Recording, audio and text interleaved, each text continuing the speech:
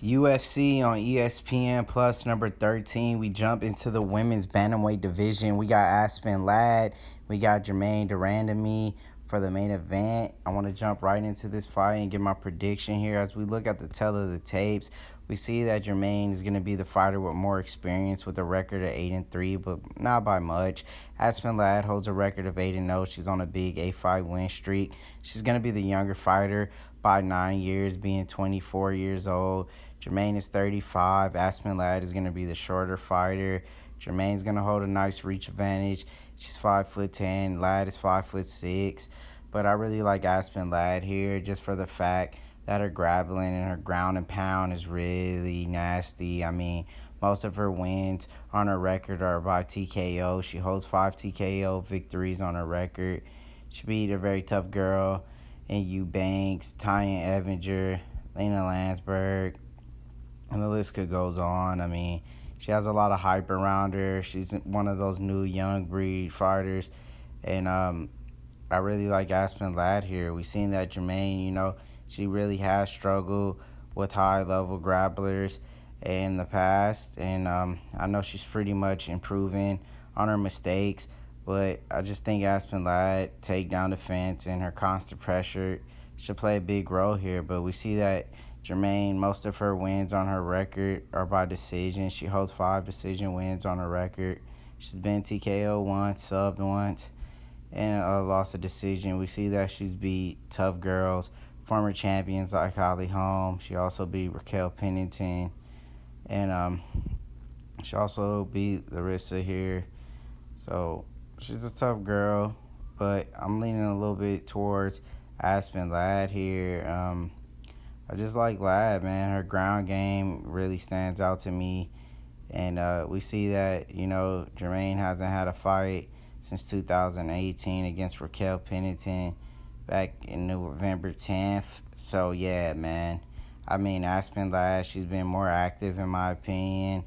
The last fight she had was back against Eubanks in May 18, 2019. So she's been more active. She's the younger fighter, in my opinion, and fresher. So we got to go with the one and only Aspen Ladd getting the job done here. As we move on to the co-main event, we got the return of the California kid, Uriah Faber, taking it on a young, up-and-coming prospect, Ricky Simón. Ricky Simón is 15-1. He doesn't have that much experience compared to Uriah Faber. Faber holds a record of 34-10, so he has a shitload of experience. He has 44 total fights here. He's 40 years old, so he's up there in age. He's been on a long layoff. He's 5'6". Ricky Simón is 5'6" as well, but Ricky Simón is gonna have a small reach advantage going into this fight. But yeah, like I said, Faber, he's coming out of retirement. He hasn't had a fight since our boy Brad Pickett back in 2016. Most of Faber wins on his record are by submission. He holds 17 submission victories, and most of his losses are the decision. He's lost decision 7 times and been TKO 3. Lost to Jimmy Rivera, Dominic Cruz, but we know Faber's fought the best of the best. He's pretty much the king of the WEC and really the king of the lighter weight divisions. He's the one who really put these guys on the map. So we got to respect Faber for that. But Ricky Simón is coming off a big win over Rani Yahya. Most of his wins on his record are due to decision. He holds 8 submission victories, and he's only been submitted 1 time, and that was his only loss. So Nelson Anderson Dos Santos back in Titan FC 37. So yeah, I got to go with the younger, fresher fighter. Got to go with the man that's more active. We got to go with Ricky Simón getting the job done here against Uriah Faber in his own backyard. So we move on to this featherweight showdown. We got another man from Team Alpha Male, another dude fighting out of Sacktown. We got Josh Emmett taking on Mirsad Bektik. Very, very tough fight in this 145 weight class. I got to go with my boy Josh Emmett getting the job done here. I mean, Josh Emmett Boy, was I impressed with those hands. I mean, he knocked out Michael Johnson viciously in the third round. Most of Josh Emmett wins on his record are due to decision, but he has knockout power in his hands. He holds 5 TKOs on his record. Most of his losses is tied at one apiece at TKO or decision. He lost to Jeremy Stevens, a fight that I think should have been overturned. I mean, the dude caught him with some illegal shots. I wasn't really too happy about that one. He beat Ricardo Lamas, so they both have something in common. They both hold wins over Lamas. But Josh Emmett, he beat Lamas way more impressively than Mersad here. He lost to Des Green, a former Bellator fighter, and he beat Hassau, Scott Holtzman.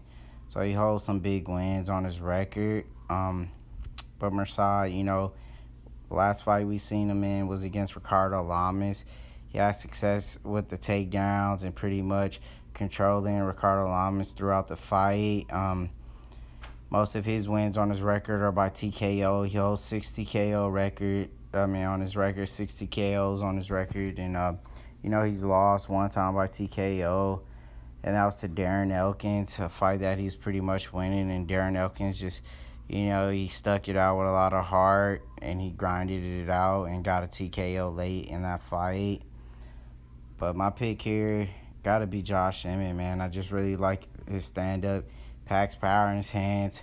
He's a decent wrestler as well, but he doesn't showcase it that much. He never really had to. But my pick is going to be Josh Emmett getting it done here.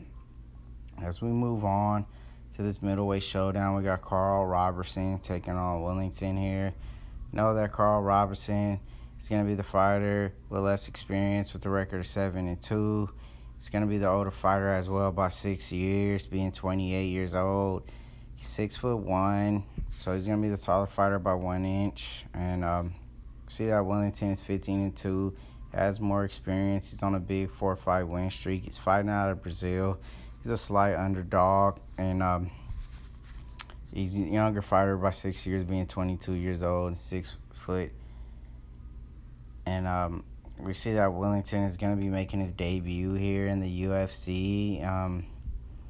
He's fought before in a tough organization like Future FC, but now he's finally getting that call up into the UFC. Most of his wins on his record are by submission victory. He holds 7 subs, and he's lost 2 decisions, so most of his losses here are by decision.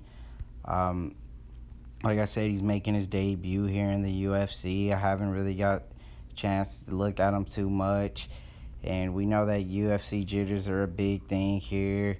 Making his debut in front of Dana and a whole lot of fans. He's coming off of a loss to Glover Teixeira, Carl Robertson, but he had success on the feet. He had Glover in trouble, and he almost put him away before he got caught in a submission. So Carl Robertson's strong points are pretty much his striking. Most of his wins on his record, though, are by submission victory. He lost to a man who's competing on this card as well, Cesar Ferreira, and he beat Jack Marshman, Darren Stewart, Ryan Spann. So those are some of the biggest names he holds on his record here. I just think he's the more comfortable fighter fighting at the higher level competition in the UFC. I really don't like making picks that much on a guy on his debut because we just don't know how he's going to be able to perform here. But my pick is going to be Carl Robertson getting the job done here. As we move on to some middleweights, we got Cesar Ferreira taking on Marvin Vettori. Very, very tough fight here to call. See that Ferreira is the fighter with more experience. He holds a total of 20 fights, 13-7. He's 34 years old, so he's going to be the older fighter as well by 9 years. He's going to be the taller fighter by 1 inch, being 6'1". He's going to hold a nice reach advantage.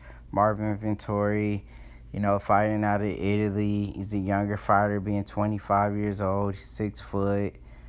He holds a record of 12-3 with 1 draw. Very tough fight to call in the middleweight division. We know that Marvin Vettori is coming off of a loss to Israel, where he gave Israel, some tough time out there in that fight. He put him in some bad spots. Most of Vettori victories are by submission victories. He holds 8 submission wins on his record. Most of his losses on his record are due to decision. So he's never been TKO'd. He's never been sub. The biggest wins on his record, that pretty much stands out to me is when he got a big W against the one and only Victor here back in UFC 1112.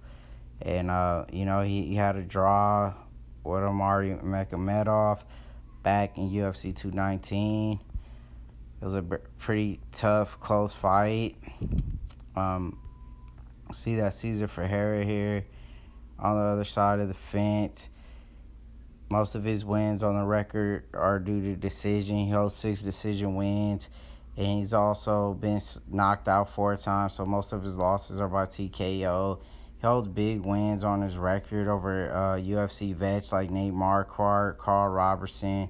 He beat the Joker, Jack Hermanson, Anthony Smith.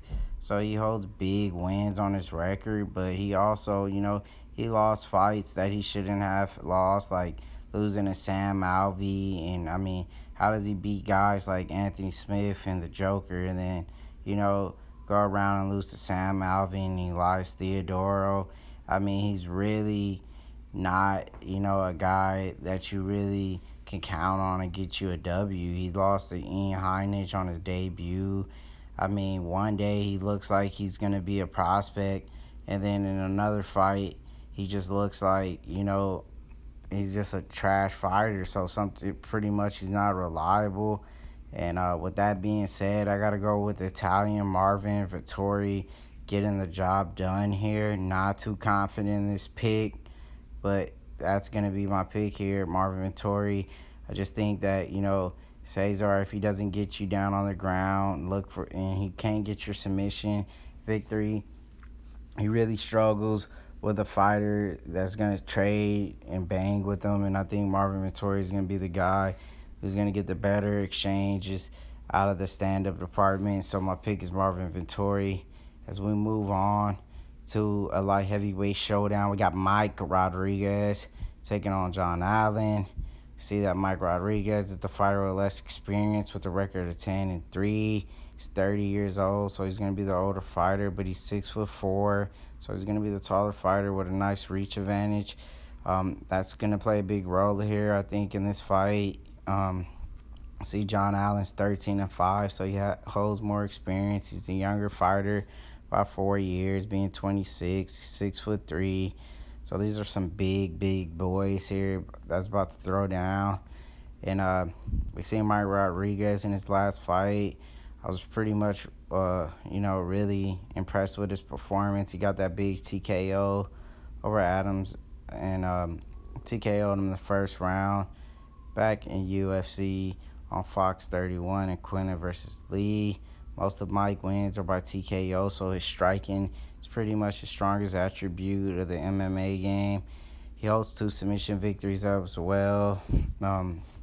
He's lost 2 decisions, so most of his losses are by decision. He lost to a guy like Devin Clark, where he got pretty much taken down the entire fight. So pretty much the cons of his fight game is, his takedown defense. He really struggles with fighters who are high-level grapplers or just a solid wrestler who could get the fight down on the mat. See that John Allen, most of his wins on his record are by TKO. He holds 9 TKOs. He's been sub 4 times. So most of his losses are by submission. And he's another guy making his debut here in the UFC. So, like I said, I don't like making, picks on guys on their debut. But he's fought back in the Dana White Contender Series where he lost to Vinicius by submission. So, his submission defense probably needs a lot more improvement because he keeps getting subbed. But I think this fight is going to really be playing out on his feet. I got to go with the guy who's more comfortable in the UFC, the man who has more experience in the UFC, Mike Rodriguez, getting it done. John Allen's making his debut, like I said, here in the UFC. And those jitters are a big thing in the UFC, especially for men. So as we move on, we got featherweights. We got another man out of Sacktown. Got Andre Feely taking on Shaman Marias. Very, very tough fight here to call. Got a man, Andre Feely, with a record of 19-6, more experience. He's gonna be the older fighter by 1 year. He's gonna be the taller fighter, being 5'11". He's gonna hold a 2-inch reach advantage going into this fight. I was really impressed with Andre in his last fight against Miles Jury. I have to say his jab was one of the things that stood out to me. He really improved in his striking. Most of his wins on his record are tied at 8 apiece between decision and TKO. He lost to Michael Johnson, but he holds big wins over Dennis Bermudez, Miles Jury, and Artem Lobov. So he also beat Hakman Diaz. He lost to Yair. Most of his losses on his record are by, TKO, submission, and decision, tied at 2 apiece. Shaman Marias, he's a tough Brazilian fighter. He's coming off of a loss to Sadiq Youssef here. Most of his wins on his record are by decision, and most of his losses are by submission victory. He beat tough guys, though, like Matt Sales, who competed in the Dana White Contender Series, beat Julio Arce. And, he's also competed back in the World Series of Fighting where he's lost to Marlon Moraes, but he picked up W's there as well. This is a very tough fight here to call, man. Very, very tough fight to call. Not really confident in this pick, but I got to lean towards more Andre Feely. I think if he's able to keep the fight on the feet, where I do see it playing most of the time, think he could be able to use that jab, man. That's really stood out to me. I was really impressed with that jab against Jury. He's going to be the taller fighter with the reach. So if he could keep that jab in Shaman's face pretty much throughout the fight, he should get the job done. So my pick is going to be with the California dude right out of Sacktown, Andre Feely, getting it done in his own hometown. As we move on to this fight card here, we got bantamweight women. We got the return Juliana Pena taking on Nico Montana. Right off the bat, I got to go with Juliana Pena, even though she's coming off a long layoff. She's 8-3. She's going to be the fighter with more experience. She's going to be the younger fighter by 1 year, being 29 years old. She's going to be the taller fighter by 2 inches and holds a nice little reach advantage going into this fight. Juliana Pena is a girl who won the Ultimate Fighter. I'm really impressed with her fighting style. She holds 3 TKOs, 3 submission victories. So most of her wins are by TKO or submission. She's been TKO once, subbed once, and lost by a decision. Her last fight was to Valentina. And, she lost to Valentina, so that's nothing to be ashamed of. She's off to becoming a champ now, and she's doing big, great things in the UFC. She beat Kat Zingano, Jessica Ai. She's beat real solid, veterans of women in MMA. Nico Montana on the other side, 4-2, don't have that much experience. Most of her wins on her record are tied at 2 apiece between decision and TKO. She's on a good, win streak. She beat Roxanne in her last fight by decision. But yeah, I got to just go with the fighter with more experience, even though she's been on a long layoff, which could play a factor. Ring rust, but I think Juliana is just going to be the better fighter. So my pick is going to be Juliana getting the job done. Jump into this featherweight showdown. We got Ryan Hall taking on Darren Elkins. Very tough fight. Not really confident in this pick. But Darren Elkins, the damage, is the fighter with more experience with a record of 24-7. He's 35 years old. He's going to be the older fighter by 1 year. He's 5'10", so they're both the same height, and the reach is identical. Ryan Hall's on a big 3-fight win streak. He's 34 years old, so he's the younger fighter by 1 year. Very, very tough fight to call, man. I mean, you got a solid journeyman like Darren Elkins, who's been around the game for a long time, knows the ins and knows the out of the fight game. He holds 12 decision wins, so most of his wins on his record are by decision. He's been sub 1 time in his career. He lost to Ricardo Lamas and Alexander, so, he's on a 2-fight losing streak, but he beat guys like Michael Johnson by submission. He beat Dennis Bermudez, Mirsad Bektic. So those are pretty much the biggest wins on his record here recently. Um, as you see, our boy Ryan Hall's off the Ultimate Fighter, the Wizard. He's known for his jiu-jitsu. He has wicked submission game. He sub BJ Penn. For a guy to sub BJ Penn, just shows how high level of his submission game he has. Beat Gray Maynard and Artem Lobov as well. Very tough fight to call. I'm not really confident in this pick, but I gotta lean towards Ryan Hall here. But I won't be surprised if Darren Elkins get it done. I mean, Darren Elkins is a solid wrestler. He holds solid submission wins on his record as well. If this fight doesn't hit the ground and it's pretty much on his feet, I could see Darren Elkins having, the slight advantage when it comes to striking. It's going to be a tough one, but I got to go with Ryan Hall getting it done. So we move on to this bantamweight showdown. We got Jonathan Martinez taking on Ping Yong Lu. Very tough fight to call. We got a fighter out of China and we got a fighter out of the United States. We see that Ping is on a big win streak here. He holds a record of 15-4. He's the fighter with more experience. He's 26 years old, so he's going to be the older fighter by 1 year. He's going to be the taller fighter by 1 inch, and he's going to hold a reach advantage. I really got to go with the fighter out of China here, getting it done. We know he's on a big win streak, so that's pretty much a reason why I'm going with him here. He's been, really successful here lately in the UFC. Beat guys at UFC 141. Holds 5 submission victories, so most of his wins on his record are by submission, and most of his losses are by submission as well on his record. And he holds big wins, man. I really got to go with Ping Yong, getting the job done here. But his opponent, Jonathan Martinez, he's a young fighter. He's an up-and-comer. Most of his wins on his record are by TKO, so his striking's pretty much the best thing that he has going for him. He's on a big win back off of UFC 234. Very close fight that he had.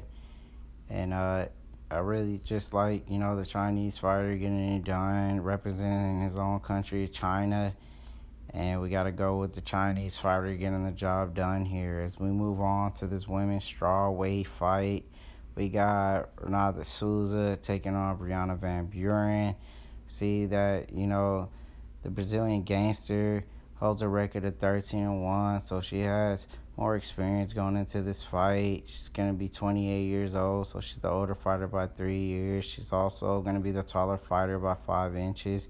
See that Van Buren is only 5 foot, but Souza is 5'5". She holds a nice little 1 inch reach advantage going into this fight. I got to go with the fighter with more experience here. Souza getting the job done here. She's a very tough girl. And, we've seen her compete back in the UFC, Fight Night 144, Sunsour Marias 2.